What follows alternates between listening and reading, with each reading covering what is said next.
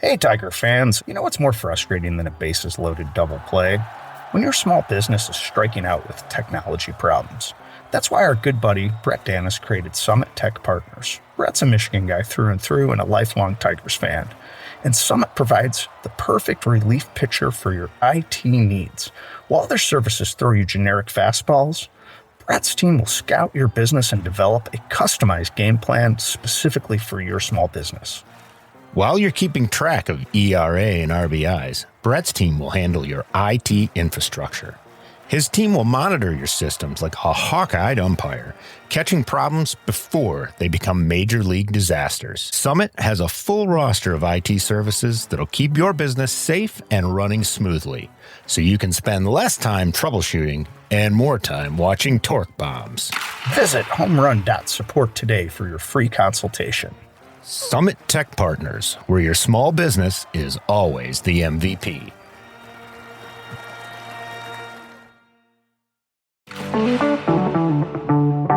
CXG believes in the visual art of storytelling, whether it's through film, video, live events, or podcasts just like this one. Our mission is to connect audiences through powerful, authentic stories that leave a lasting impact. CXG is proud to support the Litter Box because great stories deserve to be seen and heard. Learn more at cxgfilms.com. You're listening to The Litter Box, a Detroit Tigers podcast, with your hosts, Chet West and Bill Patterson.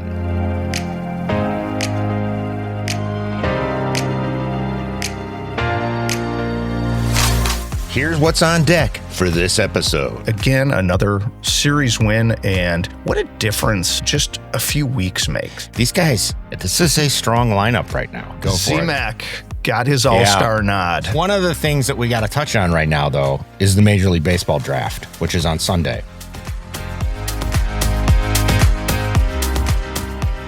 Tigers fans, Litterbox listeners, another 3-game set and another Tigers winning the series. Taking 2 out of 3 against the Tampa Rays. They won 5-1 on Monday, July 7th, and then they won 4-2 on Tuesday, July 8th. Unfortunately, they could not take Game 3 and lost 7-3 yesterday, which was the finale. But again, another series win, and what a difference just a few weeks makes. I just remember Chet and I discussing how bad we felt and how exhausted the bullpen was and how beat up the Tigers were when they had to go down to Tampa Bay the last time they faced the Rays. And the results were as expected. They took 1 out of 3, but now they've evened the series with the Rays for the year. The pitching looked great. The bullpen was good in spurts. It also had some opportunities for improvement, but that's what bullpens do. And then overall, the hitting's been just timely, and the Tigers are coming together as a team that looks like the best team in baseball, and they are rolling into the All-Star break. Chet, what are your thoughts? I enjoyed this series immensely in the first 2 games. I thought they played very spirited, uplifting baseball. It was one of those where your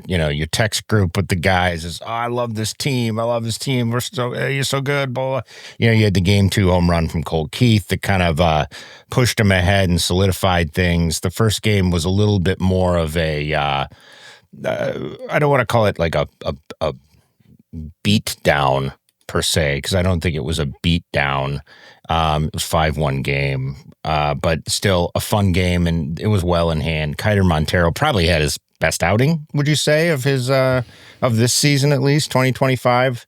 Yeah. He went 6 for Game 1. He pitched 6 innings, allowed 4 hits, 1 earned run. He only walked 1 and struck out 4. I would definitely say that was his best outing of the year. And then Holton, Hannafy, and Vest did what they did to close it out. Against a good pitcher in Shane Baz. I mean, we were going up against a guy he's a flamethrower. He's a good pitcher.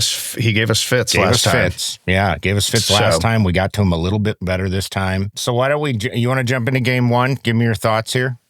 Colt Keith, that's where the thoughts are. Colt Keith had himself a great Game 1. At the top of the lineup. Yeah, he was 3 for 4, 2 runs, an RBI, home run. And I can't help but think, as much as we've loved Gleyber Torres being our second baseman every day this season, I mean, he's starting the All-Star game. I just feel bad for Colt Keith that he's been a man without a home all season. Yeah. He was the DH this game. He did bat leadoff, and he's looking great there. I've struggled a little bit with this because I think Torres is such a professional hitter that he's a natural to bat leadoff. But overall, this lineup completely got the job done, and I wouldn't be surprised if this is not our ideal or AJ Hinch's ideal lineup for most matchups going forward. You had Keith batting leadoff and again playing DH, Torres at second, batting second. In the 3-hole, McKinstry in right field. Riley Green batting cleanup in left. Torque in the 5 spot playing first. In Torque's first base, he is a defensive wizard. Yeah. For a man his size, he really is nimble, not only on the base paths, but he is with the glove as well. 6 spot, Dylan Dingler. Again, we don't have enough superlatives to talk about how great he's played this year. And then the bottom 3 gets a little dicey. Parker Meadows in center field. Parker, we're just waiting for you to hit. Everything else you do is fantastic. We need him to pull a Colt Keith. We need him to surge here. Yeah.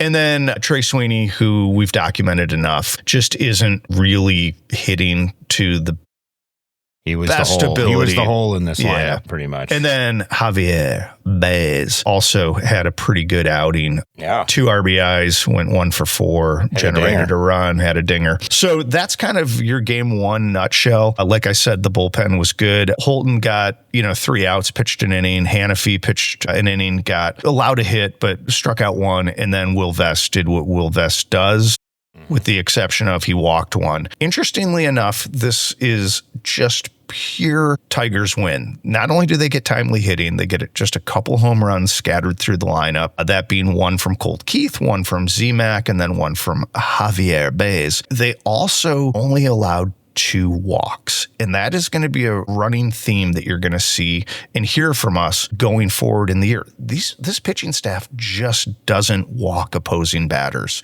Now, when they do, they get in trouble, but you're right. They don't walk them very often. Not when they win, that's for sure. Anything else you'd like to talk about on game 1? Only the fact that as of that game, and we'll get into Colt a little more because this was kind of his series in a lot of ways. It really was. Colt's average is up into the mid 260 area right now. A couple of weeks ago, we were talking about him toiling down in like the 230, 240 and not seeming to be able to get out of that. He is now very hitterish these days. His OPS is almost 800. So we're very fortunate in the fact that we have multiple guys in that range now. You've got Glaber, you've got Colt, you've got Zach McKinstry playing above that, Riley playing above that. Spencer Torkelson's got a 235 average, but his OPS is 828. His OPS is ridiculous at this point. It's crazy. Dylan Dingler in the same air, and he's a catcher. We'll take that all day long. Parker Meadows and Trey Sweeney, we've talked about them. They got some catching up to do. But Javier is up there with them in that 279 average with a 768 OPS. I mean, these guys, this is a strong lineup right now. And we talk about adding pieces in the coming weeks. I don't know. I don't know if we need pieces in the lineup right now that badly. Should we go to game 2? Yeah, a couple things that I do want to comment on as we enter game 2. It was a Jack Flaherty start, and he did actually generate a quality start. He went 6.1 innings. He did allow 7 hits. He did allow 2 earned runs. They hit him, but he got 8 Ks. He had 8 Ks, and he had an excellent outing. Yeah. And he only walked 1. So again, you're going to see a running theme here, Tigers fans. In a 4-2 win, the only walk allowed was Jack Flaherty. Tommy Cannelly came in. He didn't make it an inning, but he did what he did to get Flaherty out of a little bit of trouble there. Yep. And in the 7th, and then Tyler Holton came in. I don't know how he does it. He literally doesn't allow a hit. He doesn't walk anybody. He doesn't allow earned runs, and he doesn't strike anybody out. But he pitches a lot of innings for us, and he strings them together in days. He's a strong horse. Yeah, man. And then Will Vest came in and had an absolute. He gave up a hit, but he shut him down. He was 3 throwing. Ks. It was 3 Ks. He was throwing fire. He was feeling it. Going back to Colt Keith's coming out party, a 2 for 3. He did have a walk, 3 RBIs, another dinger, generated a run. He batted leadoff again. Torres was in the 2-hole. Basically, you're seeing the same lineup here, except for what happened was Z-Mac was moved down in the lineup. So Torque took over the 4-hole. Green was in the 3-hole. Perez was your right fielder in the 5-hole. Dingler stayed in the 6, and then you had Z-Mac in the 7th, and he had a good game. He walked twice, generated 2 runs. I mean, unfortunately, it was 0 for 2, but I'll take the 2 walks, any day of the week. He played a solid, serviceable third base. And then in the 8-hole, we had, again, our center field problem still seems to be vexing this team, not defensively, but since Javier Baez isn't in center field, we're not really getting a lot of offensive production. Matt Vierling is batting below 200 and looks like he is a player that needs more time, a la Parker Green Meadows, to acclimate to the big leagues. And then Javier batted cleanup. Didn't have his most spectacular day, but it wasn't needed to win, and the Tigers look good doing it. What other thoughts do you have? So Colt Keith pushes his OPS above 800 in this game. He's going 2 for 3, 3 RBIs. I mean, start looking at what he's done, and the only thing I can hope for is that Parker Meadows, Matt Vierling can kind of go along the same trajectory. We were giving up on Colt Keith at the beginning of the season. We were ready to mail. We were like, he's stuck. Something's wrong. And I kept preaching patience because, hey, he had a position change. This is going to be different from him. He's bouncing all over the diamond. He's DHing. He's playing first base, playing second base. I have this strange feeling next season, these positions are probably going to work themselves out a little better. He's probably going to have more of a permanent home. I don't see Gleyber Torres re-signing with the Tigers. Sorry, everybody who wanted him to re-sign with the Tigers. I think he's going to get a good deal to go elsewhere. Colt Keith's going to have more of a solidified position, and we're going to watch him sort of ascend into that star player role. That's my prediction. Maybe it doesn't happen. I hope it does. Right? You look at the Riley Greens, you look at the McKinstries and everything that they're doing.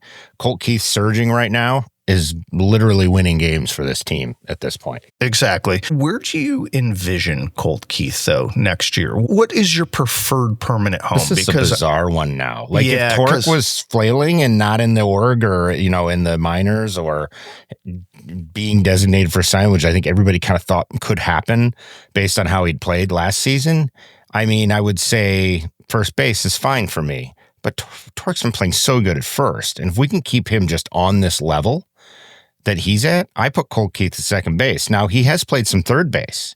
And he has done it well enough that we could just slot him in at third base for the season at this point. So he's, in a lot of ways, he's not Zach McKinstry versatile. I don't see him in the outfield anytime soon. But if he has to bounce a little between the corner spots or between second and third just to keep things going, I'm fine. I just think it would do him some good to have a permanent position. I think it does any player. It just helps them, kind of makes them feel more settled. They don't have to worry about prepping for their position that day or getting their mind set for third versus second versus first. And they can work more on their hitting. But, whatever, they're professionals. They figure it out, right? Jack Flaherty, the schizophrenic Jack Flaherty. You get one game, you get 6 1/3, 7 hits, 2 runs. Another game, he can't make it out of the first. I think that's kind of going to be what he's going to be all season long. We're going to get the good Jack Flaherty or the bad Jack Flaherty. And Ryan Pepiot gave us all we could handle once again. 6 innings, 2 runs. We were tied 2-2 going into the 7th, and that was when Colt broke it open with a 2-run homer. And I could not have been happier. He took a changeup. Next changeup was a little too high in the zone, and he crushed the daylights out of it. And that was pretty much the game. Want to hit game 3? Yeah, and one final thought on this. I think Colt Keith should be the everyday second baseman going into the 2026 season, and the Tigers need to find themselves a third baseman or put Z-Mac there to allow him to have some permanency as well. I love his Swiss Army knife approach. He's easily my favorite Tiger, but I admire what AJ Hinch and the staff is doing with the versatility. I also think that players need homes and in a permanent spot there. And given that the DH rule has been in effect now for a few seasons and that there's always going to be a DH, no matter where you play, American League, National League, there's enough room to get everybody in this lineup incorporated. Another thing, I couldn't agree with you more. Gleyber Torres bet on himself this year and took an under market deal. Really, the Tigers were the only deal out there for him. And I imagine somebody is going to bet heavy on him. And that's an interesting thing. Just before we dive into game 3, I'm rereading Moneyball. I got about halfway through it yesterday, and I've never seen a sport still to this date, like MLB, that pays for past performance more so than future. And every text chain we're in, friends, family, cousins are like, hey, just, it's not our money. Pay Torres. Exactly. Pay Skubal. And I'm like, Skubal's going to be 30 at the end of going into the 2027 season. That's what I don't like about it. He's pitching otherworldly now, but the Tigers are getting that for arbitration money. They're not paying $50 million, $40 million a year for that. And the same thing with Torres. I believe his contract was $15 million this year? Yeah. And I mean, they're getting every at-bat and penny out of him for that. And one of the best parts about this Tigers team long-term is outside of the Javi Baez contract, because we can't call him Javier when we talk his contract, because of how bloated it is. No. They don't have a bad contract. There is not a bad contract on this team. There's not an albatross. 100%. They've been really responsible with the spending, and it has tortured fans at times, and it will torture them going forward. I don't think they're ever going to be a spendy franchise again. No, I feel, and you and I have talked about this offline, I feel like they're going to be responsible like the Rays in Guardians, but they're going to spend more than those teams because It could be like a Houston, maybe, something like that. Houston's still a huge market, though. That's the fourth biggest market in the U.S., so I don't know that but they don't. And they've also been rolling ignore the COVID season of 2020. Houston's on a 10-year heater right now. So let's talk a little bit about Game 3. It was a 7-3 loss. Things were looking good. Reese Olson was out there. What do you call that when your cheeks get red, like from exercise? Getting flushed? There's an actual medical name for it, but let's just call it flushed for time, because I don't mean to put you on the spot. Yeah. He has it every time. He looks like a little leaguer out there. It's so great. Yeah. 5 innings, 6 hits, 2 earned runs. He did like walk hot flashes or something. Let's not go there. I get in trouble with the Ferrosex on that one. Brant Herter didn't make it an inning, but did what he had to do. Then Chase Lee came in, and this is really the story of this game, Chet. Chase Lee made it a third of an inning, allowed 5 hits, 4 earned runs, and that's where the game got away from the Tigers. Again, the only walks they allowed was Reese Olson over 5 innings. He had 2. They really weren't doing any swing and miss. Reese Olson had 1 strikeout. Brant Herter had 1 strikeout, and then we'll get to who closed it out with the last 3 innings. A little surprise appearance by our guy, Dietrich Enns. Way to eat some innings, Dietrich. Yeah, 3 innings, 4 hits, 2 strikeouts.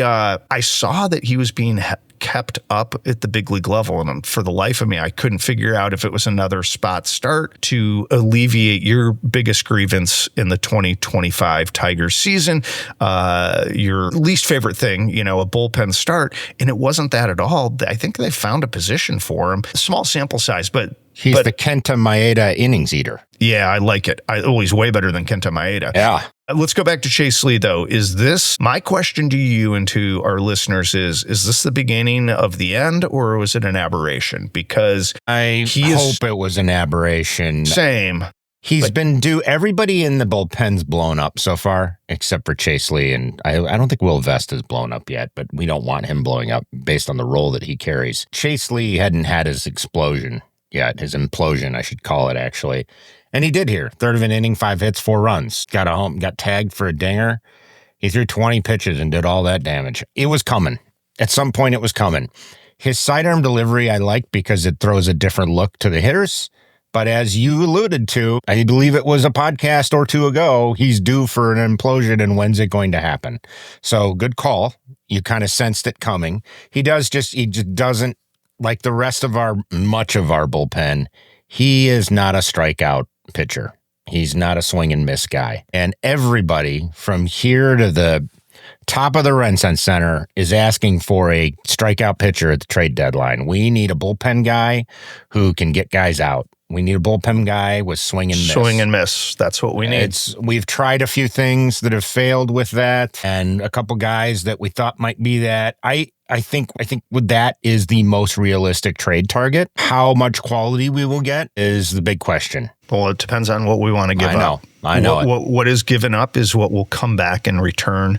And I welcome. And mind you, you're competing with everybody needs this. Okay. Everybody that is competing for a position in this league right now that is going to be a buyer needs bullpen help. So let's go through that just for our listeners really quick. Do the Phillies need it? Yeah. Do the Cubs need it? Yes. Do the Mets need it? Would the Dodgers take it? They probably don't need it. They probably don't need it, but I'm sure they would take it if it was there. Giants. Yeah. Padres. Yes, they need it. Astros. Astros, yes. Yeah. Yankees. Yes. Blue Jays. So let's just think it's everybody. Okay. It's everybody. You made your point. But one team sticks out to me that's going to be a huge competitor because they kind of need everything we need, and that's the Cubs. And we know the Cubs near and dear to our heart. Then also their front office is in do or die time right now. So they're going to be willing to shell some stuff out here for some help to try and go on a run. And rightfully so. I mean, all their contracts are up. You've got, you're basically, well, you're not the Tigers of the NL, but you're pretty close. You're running the show on the National League side of things, save maybe a team or two. And they need the exact same things we do, and they have a bigger pocketbook. They can handle taking people on, and they have a decent minor league system, a very good minor league system. They have a great system. So they're going to be able to offer monetarily and prospect-wise as much or more than we are. So you've got a direct competitor right there. Do you think it comes into play, though, because anybody that's being pursued will have a no-trade clause? Going to a pitcher's park like Comerica that could be versus a park that plays as a pitcher's park if the wind's blowing in and then plays as a hitter's park if the wind's blowing out. I mean, Chicago's a bigger market. If you're a player, do you want to play there? Like, it depends. Those are two very, there's how many baseball players? I mean, baseball, it's not basketball, meaning NBA. At any rate, I get what you're saying. It's not going to come down to market as much for these guys, but like you're playing with the Cubs, playing with the Tigers. Okay, fine. But we're still competing with a lot of people for the same tools. It also makes me so happy that the Tigers aren't in a lame duck status with the front office. A little more stability to tout. Well, the fact that Tom Ricketts and the Ricketts family hasn't extended Jed Hoyer and staff is a little surprising, given that this is basically what they wanted. So I still don't think the Cubs operate as a big market team as much as they should. So I agree. I think there's a lot more pressure on the Cubs and their fandom to do something bigger than the Tigers in any way, shape, or form. And I think there's pressure on them to make moves, and they got to get the guys they need. So we got competition there. I want to wrap up from yesterday. Oh yeah. I was going to wrap this up, but go for it. Z-Mac got his all-star nod now that injuries and all that have been good for Z-Mac sorted. So tip of the cap to Z-Mac for that. And then I don't know his name, but the Tigers bat boy was elected to the all-star game, and they made a huge push for him to get there. Now, mind you, when I think of a bat boy, Chet, I think of somebody that has a 4.0, has to miss a lot of school because obviously they're on the road. But Fur has like the best job in the world, and I don't know if he's still in school. This guy, he's got a beard, dude. He's got a full-grown beard. I don't know if you're worried about. So let's put a little respect on the guy. First of all, he is a student. He's in college. His name is Frankie Boyd. Frankie. All right. They had a huge push for him to to get nominated as the bat boy for the All-Star game. Like all the players were doing those promos and stuff. He goes to Eastern Michigan, so kind of the enemy for us Western guys, not like a Central guy, but, doesn't have quite the stink on it. But Eastern is still a foe of sorts. But apparently he's bat boy extraordinaire. Good for him. That'll be a cool experience. But back to Z-Mac, because I want to kind of hone in on this a little more. He went 2 for 4 yesterday, 2 doubles, played his butt off as he usually does. They announced that, and I think Benetti kind of did the initial announcement during the game. I had to go back and watch it because I missed it. And he seemed to get emotional about it. I feel like Benetti is really connecting with this team in a lot of ways. 100%. Did you see what they did post-game yesterday? Yeah. They had ice cream sundaes. Yeah. And then I don't want to get off Z-Mac too quickly. No. Let's also talk about the fact that now the Tigers are finally getting bandwagon fans. I still don't know why he was there, but John C. Reilly was at the game yesterday. Apparently he's best friends with Jack White, and it was Jack White's 50th birthday. That was the only reason he was there. And where does Jack spend the day at the Tiger game with John C. Reilly, of all people? He was in a box, and John C. Reilly sang him happy birthday and then went John C. Reilly threw out the first pitch. Yeah. And he was nothing short of fantastic. And I will say this, I think Benetti's having the time of his life because he's loving it. What an upgrade. You could be with the Sox right now. There was not a Jack White showing up to White Sox games recently. I know that Chance the Rapper and some other luminaries are Sox fans. They weren't showing though. Kanye West wasn't hanging out on the South Side for a weekend series for his birthday. No, and it's a great thing. It's one of these things you see. Team starts winning, the celebrities start coming out. Detroit is really good with that. Celebrities just start coming out of the woodwork the second the Lions or Tigers start achieving something, or the Pistons or the Red Wings for that matter. It was nice too that it wasn't Jeff Daniels. Jeff needs a break. He's a great guy. Don't get me wrong. Love seeing Jeff Daniels at the games. But somebody else had to pick up the mantle for a little bit. Jeff's probably got projects or something he's working on. Of Zach course. McKinstry, though, all-star nod. Good for him. He deserves it. Guy is a grinder. Plays 87 different positions. I love it. Glad that he got that and that it was announced during the game last night. That's pretty cool for him. Are we going to go down to the farm? I think we need to. Well, we're not going to quite go down to the farm per se. The farm talk's coming. Believe us, we keep teasing a couple concepts here on the pod. We keep teasing kind of a down on the farm podcast for you guys. That's coming. That's coming in the next week or two. We want to get that out and kind of prep everybody for the trade deadline because there's some players that you might not see on the team anymore. But there's also a trade deadline podcast that we have also kind of teased out there. That'll happen too. We're going to do a before and after, of course. One of the things that we got to touch on right now, though, is the Major League Baseball draft, which is on Sunday. So the Major League Baseball draft is not like the football draft. It's not like the basketball draft. It is very unpredictable as to what will happen.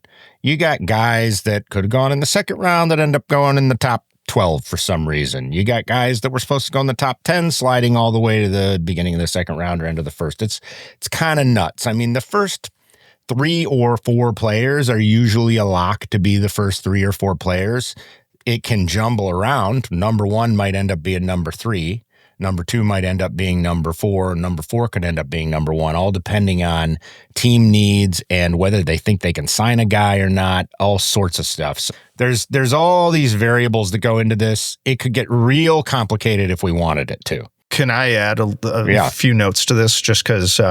Please do. For everybody, please do pick up Moneyball if you're interested or want to learn more about the draft. Here's a couple of things about baseball's draft. A, it's not televised, like the NFL and NBA is. There's no ping pong balls. There's no per se lottery. To Chet's point, the top guys are usually... It is televised on the MLB channel if you want to watch it there, but now, not nationally. That's recent, Yeah.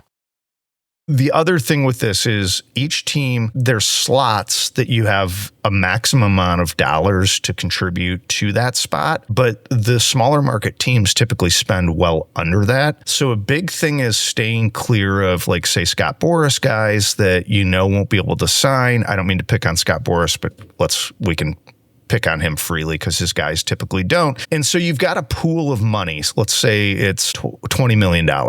And then you have to fill your slots with that, with as many guys that you A, like, B, think you're going to sign, and C, think you can develop and go from there. So it's not really a ton of science. It's really much more a crapshoot than any other probably draft out there.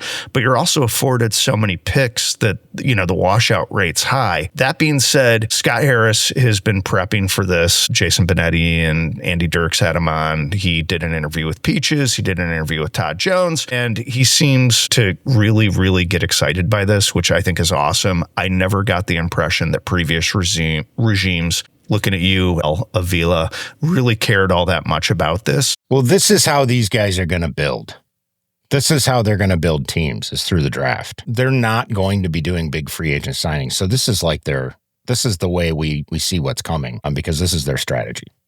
Yeah. So I'm not sure what else you want to add on this, but let me throw in kind of just a few takes here, a few things I've learned over the last couple of days and weeks and months. If you look at recent years, the Tigers are now honing in very much. They actually are mirroring the Cubs strategy to a degree.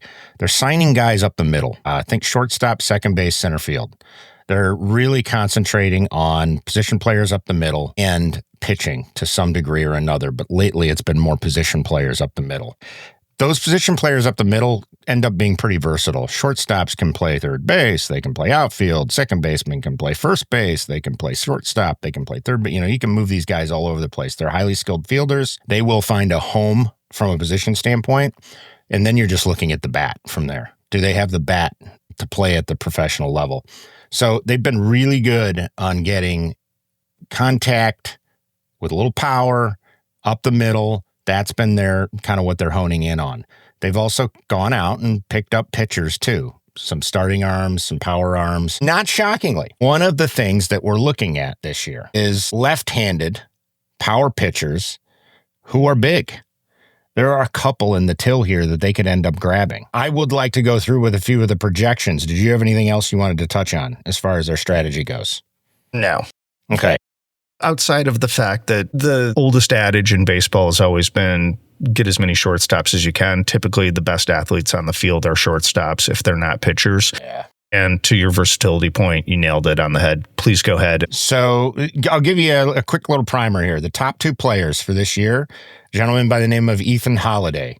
You probably recognize that name. From a position player side, it's Ethan Holiday. He's a shortstop out of Stillwater, Oklahoma. He is the brother of Jackson Holiday, who is super stud for the Baltimore Orioles and son of Matt Holiday. So baseball runs in the family there a little bit, as you can imagine, and he's got all the pedigree and the skill sets. He is projected to be the top position player. He will not be a Tiger. He will not be a Tiger. You will not see him. We have the 24th pick thanks to a winning season last year. This is the first time the Tigers haven't drafted in like the top 12 since 2015 or 16, I guess. So there was a time when it was a long rebuild. Yeah. There was a time when the draft had 50 rounds. They narrowed it down to 40 in 2012. We're down to 20 rounds now. So only 20 rounds for you guys out there. So this year, 24th pick, you're not getting Ethan Holiday. The top pitcher in the draft, who at one point was dangled out there as a possibility a ways back when people were doing their mock drafts a year ahead of time, is Cade Anderson. He is the top pitcher in the draft. He's a left-handed pitcher out of LSU. The Angels have the second pick in the draft. They're projected to grab him. Nationals and Angels have the top two picks. Those two guys could be interchangeable. If the Nationals decide they want a pitcher, they go one way. If the Angels decide they want to hit, whatever it may be. Outside of that, there's a guy by the name of Liam Doyle. Again, big left-handed pitcher for Tennessee. He's, college guy. These guys are not going to touch the Tigers at the 24th pick unless something disastrous had happened in scouting or something along those lines. Forget about these names. I am going down the draft a ways, and there's a couple of guys who stick out to me that could fall to us realistically. There's a shortstop out of Mississippi named JoJo Parker. He is projected to go in the top 10. I've seen some people say we could get him if he fell. This is where things start to get dicey and unpredictable. You get to that 10th pick and guys start launching up into there that don't normally, and then they fall. It doesn't matter that much when you're getting down into this area. I mean, to us, you're going to get a good player in the first round typically. Plenty of picks at number 24 have panned out. Okay. Nico Horner of the Cubs was a 24th pick, 2018. He's done pretty well. So we're going to have a chance to get somebody good at 24. What I'm looking at, and these are the options that I see from a pitching side of things. There's a gentleman by the name of Gage Wood, pitched at Arkansas. He's a righty. He is projected to go a little before our spot in most projections, but could fall to us at 24 easily. There's another guy, big 6'7" lefty named Cruz Schoolcraft. If that doesn't get you excited, I don't know what does. The name Cruz Schoolcraft. So you've got two pitchers there, a lefty and a righty. Gage is a righty, Cruz is a lefty, who could be available to the Tigers at that 24th pick. Now, the guys I'm excited about, the guy I want them to get, is slated to go right in our area. His name is Slater De Brun. He's out of Oregon. He is cut in the mold of Corbin Carroll. He's about 5'9", 170 pounds, like grease lightning speed, plays outfield, got power. So think Corbin Carroll on the Tigers. What's not to love there? Okay. Think, you know who he even kind of matches up with is a guy by the name of Stephen Kwan, who my esteemed colleague here loves and has an infatuation with. Another guy that they're looking at is Kayson Cunningham. He's a shortstop out of San Antonio. Again, a smaller frame shortstop. So he's like 5'9", 5'10", 180, 190 pounds. I'm sure he'd be great. They actually comp him to McGonigal to a degree. So Kayson Cunningham could be another name that you see getting drafted. So I'm thinking one of those four guys, Gage Wood, Cruz Schoolcraft, Kayson Cunningham, Slater De Brun. There's two position guys, two pitchers for you. Bill, do you have any other thoughts? No, good homework and legwork there, Chet. That is a good primer for the draft. I appreciate that. I think that's about as deep as we can get without something crazy happening. And we'll report, what actually happens. In other news for current prospects, Kevin McGonigal, Max Clark, and Jose Brasino are headed to the All-Stars Future Game. But first, they are leaving Grand Rapids and High A West Michigan for Double-A and two-time defending Eastern League champion Erie Seawolves. So the Tigers did promote their first, second, and fourth ranked prospects, all within the MLB's, pipeline top 100. Max Clark already hit a home run at Double-A. And we'll be excited to see what happens. Scott Harris he hasn't even teased it. He said outright, if they continue to rake, they will be up on the 40-man roster before the year's out, especially if this lead within the American League Central continues to build. In other news and notes, for those that watch, the John Oliver show was allowed to alternate an identity for a minor league team. And for some weird reason, they picked Erie, and they are now calling them the Moon Mammoths for the fact that a mammoth skeleton was found there. It's in the Erie Museum, blah, blah, blah. And interestingly enough, the home debut after the All-Star break on July 18th, the Seawolves will be now known as the Moon Mammoths for a night. It's expected to be a sellout, and all three of these prospects will be there. So that's kind of what's going on down in the minors. I can't wait to see what that logo looks like, the Moon Mammoths. They teased it already. It's pretty good. Be fantastic. Yeah. So that kind of wraps up what I had previewing the next series. We have a very different Mariners team than last time we talked about them coming to town. The last time the Tigers faced them was in games 4, 5, and 6 of this season. So that was late March, early April. And the Tigers did take 2 out of 3. But again, that was before Cal Raleigh, a name that everyone should know, the American League starting catcher. He is basically a reincarnation of Johnny Bench. He is hitting for power, unlike any catcher that the American or National League has seen in decades. He is going to be a big storyline with it. The Mariners also have good frontline pitching. They have a pretty decent bullpen, and I think it's going to be a tough series. If the Tigers can take 2 out of 3 in this, I would consider that a huge win and try to limit Cal Raleigh's damage at the plate. We will get a Scooble start Saturday is what's scheduled. So if they can just win either the Friday. I believe it's Friday is the start. Oh, it's Friday now? Yeah. Okay. Yeah, it's showing as Friday, but we'll see. It's been back and forth on that. But yeah, so, hopefully the Tigers can keep doing what they've been doing, but I fully expect the Mariners to give them fits, and I expect Cal Raleigh to give them fits. We could even see something. It's a heck of a way to end the first half because they are a tough team. And the Tigers haven't intentionally walked anybody in God knows how long, and that could be part of the key to the series is limiting the damage that Cal Raleigh can do. He already having 30 plus home runs and all that good stuff. So a couple other news and notes on that. I know you always want food. We didn't do it last time for Seattle. Seattle is famous for putting a condiment on their hot dogs that most other cities and certainly other ballparks do not do. Do I want to hear about this? Yeah, you do. Okay. It's cream cheese, and it's actually delicious. So it's a toasted bun, and they griddle the dogs pretty heavily. So it's almost a black dog, if you would, or a deep shade of brown. I actually love that. And then it's just a small, quick smear of cream cheese that melts very, very nicely into the toasted bun. And then you can put other toppings on it. I decided to go pure and just try it this way, and it was quite delicious. Grady was only about 4 years old. He elected to just have his dog Chet style.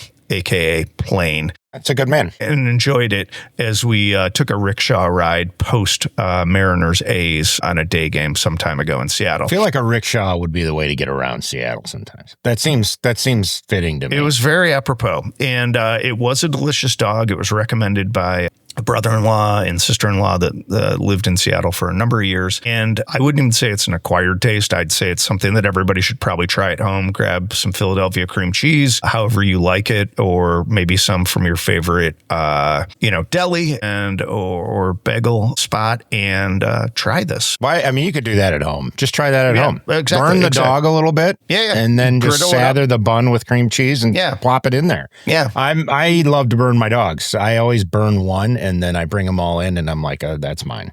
Okay. And the family's like, you can have it because I don't want it. Nice. Very nice. So that's kind of our food preview on it. We'll do a deeper dive on pitching matchups and all that, possibly post. And we're heading into the All-Star break. Tigers are sending 4 people plus our guy Frankie, the facial-haired bat boy. I love it. He's not a kid. He's like a college kid. He's a grown man. He's a grown man for crying out loud. Do you think the Tigers probably wanted somebody that could run out of the clubhouse and go buy chew and beer for them? I mean, he's versatile, probably. Yeah. He's the Zach McKinstry. Send him up to the corner if you need to. You think he's leaving the dugout mid-game? You ever seen the guy work? He's like, cleans up everything. It's crazy. He runs all over the place. He's doing more running than some of the players during the game. We're looking at you, Gleyber Torres. Yeah. All right. What else you got for us? I'm done. I think that wraps up this episode nicely. We gave you the recap, the draft preview, and the Mariner preview. You guys got it all today. Do you have anything else you want to close with, Bill? No, avoid Costco meatballs, Chet. Avoiding Costco meatballs at all costs. Listen, that's some serious stuff. We'll get into that one later. If a ballpark has meatballs on the menu, I'll insert the whole story for you. At any rate, everybody enjoy your weekend. Enjoy the last series before the All-Star break, and we'll have some fun stuff for you during the All-Star break. Probably something along the lines of maybe a down on the farm. We'll see. Maybe a little recap of how our 5 guys do in that All-Star game. But until next time, we'll talk to you, and go Tigers. All right, that's going to do it for this episode of the Litter Box, a Detroit Tigers podcast. Thanks for hanging out with us. We're Bill and Chet. We'll be back soon with more Tigers talk. If you're enjoying the show, be sure to follow or subscribe on Spotify, Apple Podcasts, or wherever you get your podcasts. And hey, if you got a minute, leave us a quick review. Till next time, go Tigers.